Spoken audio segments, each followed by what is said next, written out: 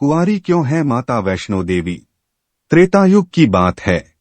दक्षिण भारत के रामेश्वरम में समुद्र तट पर एक सुंदर गांव था। रत्नाकर पंडित यहीं रहते थे। रत्नाकर शिवजी और मां आदि शक्ति के बड़े भक्त थे। गांव शहर में रत्नाकर का मान तो बहुत था, पर कोई संतान न थी। रत्नाकर की पत्नी हमेशा मां आदिशक्ति से संतान की गुहार लगाती रहती थीं। उन्होंने लगातार कई वर्षों तक मां की पूजा अर्चना की। कई सालों से संतानहीन रत्नाकर की पत्नी की प्रार्थना एक दिन मां ने सुन ली। वह गर्भवती हुई तो एक रात रत्नाकर के सपने में एक बालिका ने आकर कहा, मैं तुम्हारे घर आ रही हूं, पर एक शर्त पर। मैं जो कुछ करना चाहूं रोकोगे नहीं? पुजारी और सिद्ध पंडित रत्नाकर को यह आभास हो गया कि मां आदिशक्ति के सत, रज और तम को दिखाने वाले तीन रूप महासरस्वती, महालक्ष्मी और महादुर्गा ने मिलकर ही इस कन्या का रूप लिया है। नियत समय पर इस दिव्य कन्या का जन्म हुआ। रत्नाकर को यह भी पता चल गया था कि यह कन्या मां आदिशक्ति ने धर्म की रक्षा के लिए ही प्रकट की है। रत्नाकर उसी भाव से कन्या का लालन पालन करने लगे। तीनों महाशक्तियों के मिलन के उस स्वरूप को उन्होंने त्रिकुटा नाम दिया। त्रिकुटा का स्वभाव जन्म से ही अनूठा था। बचपन से ही वह पूजा पाठ और धार्मिक कार्यक्रमों को देखकर प्रसन्न होती। अभी 10वां साल शुरू भी नहीं हुआ था कि त्रिकुटा को यह पता चल गया था कि भगवान विष्णु ने भगवान श्री राम के रूप में धरती पर अवतार ले लिया है। त्रिकुटा ने यह व्रत ले लिया कि वह भगवान श्री राम से ही विवाह करेगी, अन्यथा आजीवन अविवाहित रहेगी। त्रिकुटा ने अपने पिता से कहा कि वह रामेश्वरम के तट पर रहकर तपस्या करना चाहती हैं। शर्त के मुताबिक रत्नाकर ने उसे नहीं रोका। 10 बरस की उम्र से ही त्रिकुटा समुद्र तट पर एक कुटी बनाकर रहने लगी। वह भगवान श्री राम को पति मानकर उनको पाने के लिए कठोर तप करने लगी। इसी तरह घोर तप करते त्रिकुटा को बहुत बरस बीत गए। सीताहरण के बाद भगवान श्री राम लक्ष्मण के साथ दलबल लेकर सीता की खोज करते हुए रामेश्वरम पहुंचे। श्री राम को पुल बांधने तक यहाँ ठहरना था। भगवान एक दिन विचरण कर रहे थे, तभी समुद्र तट पर एक तेजस्विनी ध्यानमग्न कन्या को देख बहुत चकित हुए। उस कन्या के ओज और आभा से वह स्थान अलग ही रोशनी से प्रकाशित हो रहा था।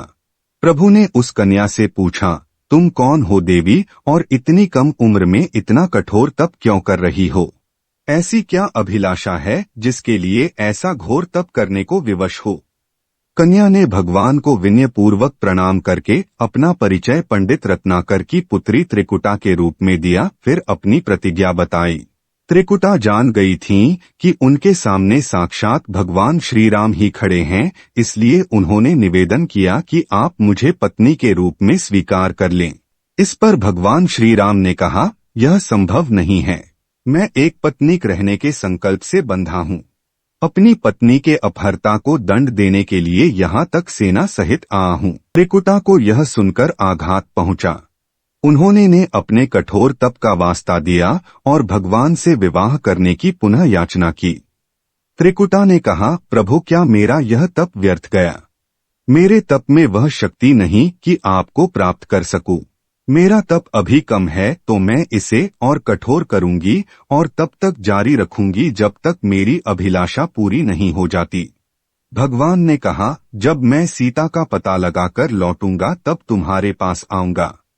यदि तुम मुझे पहचान लोगी तो मैं तुम्हारी इस बात पर सही निर्णय करूंगा।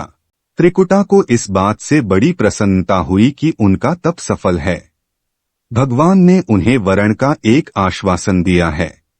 अब उन्हें अपने स्वामी की परीक्षा में उत्तीर्ण होना है। इस प्रसन्नता के भाव से भरकर त्रिकुटा का उत्साह और बढ़ गया।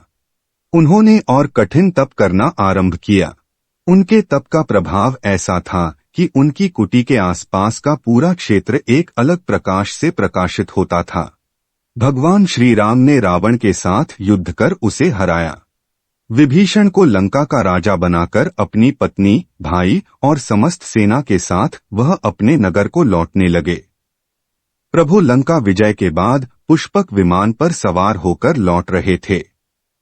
उन्हें त्रिकुटा को दिया अपना वचन भी पूरा करना था। रामेश्वरम के तट पर पहुंचते ही भगवान ने विमान रुकवा दिया। सभी कौतूहल में पड़ गए तो प्रभु ने उन्हें कुछ पल की प्रतीक्षा करने को कहा। उसके बाद वह अकेले ही चल पड़े। सारी सेना भगवान की आज्ञा के अनुसार वहीं ठहरकर उनकी प्रतीक्षा करने लगी। श्रीराम ने एक अत्यंत बूढ़े ब्राह्मण का वेश बनाया और देवी त्रिकुटा के पास पहुंचे। प्रभु उनके पास कुछ पल रुके पर त्रिकुटा उन्हें पहचान ही न सकी। भगवान ने उन्हें अवसर दिया पर उनकी लीला को देवी त्रिकुटा भांप न पाईं। तब भगवान श्रीराम अपने असली रूप में आ गए। उन्होंने त्रिकुटा से कहा, देवी, मैं आपको दिए वचन के अनुसार आपके पास आया था, परंतु आप इस परीक्षा में सफल न हो पाईं। वैसे भी इस जन्म में सीता से विवाह कर मैंने एक पत्नीव्रत का प्रण लिया है, इसलिए तुम्हारे साथ विवाह तो असंभव ही था। देवी त्रिकुटा कुछ निराश हो गईं।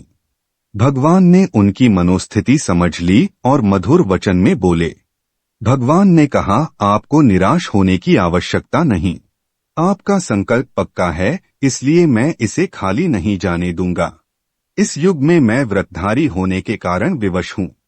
कलयुग में मैं जब कल्कि के रूप में अवतार लूंगा तब मैं तुम्हें अपनी पत्नी रूप में अवश्य स्वीकार करूंगा। तब तक तुम हिमालय स्थित त्रिकूट पर्वत पर जाकर तप करो और मेरे अवतार की प्रतीक्षा करो। भगवान ने उन्हें वरदान देते हुए कहा, तुम भक्तों के कष्ट और दुख खोन का नाश करते हुए इस संसार का कल्याण करती रहो। विष्णु का अंश होने, उनके कुल में अवतार होने तथा विष्णु पूजक होने के नाते सारा संसार तुम्हें माता वैष्णो देवी के रूप में पूजेगा। कलयुग में तुम्हारे लिए कुछ भी अदेय नहीं होगा। जो भी भक्त भक्तिभाव से तुम्हारी पूजा अर्चना करेंगे उन्हें तुम सर्वस्व प्रदान करोगी। भगवान श्रीराम यह वरदान देकर चले गए। त्रिकुटा श्रीराम से मिले इस वचन से अत्यंत प्रसन्न थीं। उन्होंने प्रभु के आदेशानुसार संसार के कल्याण का संकल्प लिया। त्रिकुटा उत्तरी भारत के माणिक पर्वत श्रृंखला की 3 पहाड़ों वाले त्रिकूट पर्वत पर तप के लिए आ गईं। वही माता वैष्णो देवी के नाम से विराजमान हैं।